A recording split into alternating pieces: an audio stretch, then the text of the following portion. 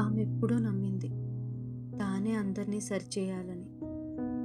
తనలో బాధను దాచేసి ఇతరుల ముక్కలైన జీవితాలను జోడిస్తూ పెరిగింది. ఆమె వరకు ప్రేమంటే తనను తాను మర్చిపోవటం, తన అవసరాలను త్యాగం చేయటం, ఇతరుల ప్రశాంతత కోసం తన వ్యక్తిత్వాన్ని వదులుకోవటం అని నేర్చుకుంది. తల్లైనప్పుడు ఆ బాధ్యత మరింత బరువైంది. సరిహద్దులు పెట్టడం తనకొక తప్పులా అనిపించింది.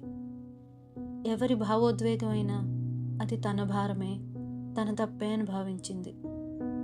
ఆమెకి లైఫ్లో ఎన్ని రెడ్ ఫ్లాగ్స్ ఎదురైనా ఆమె చూడలేదు. కాదు, చూసినా చూడనట్లు నటించింది.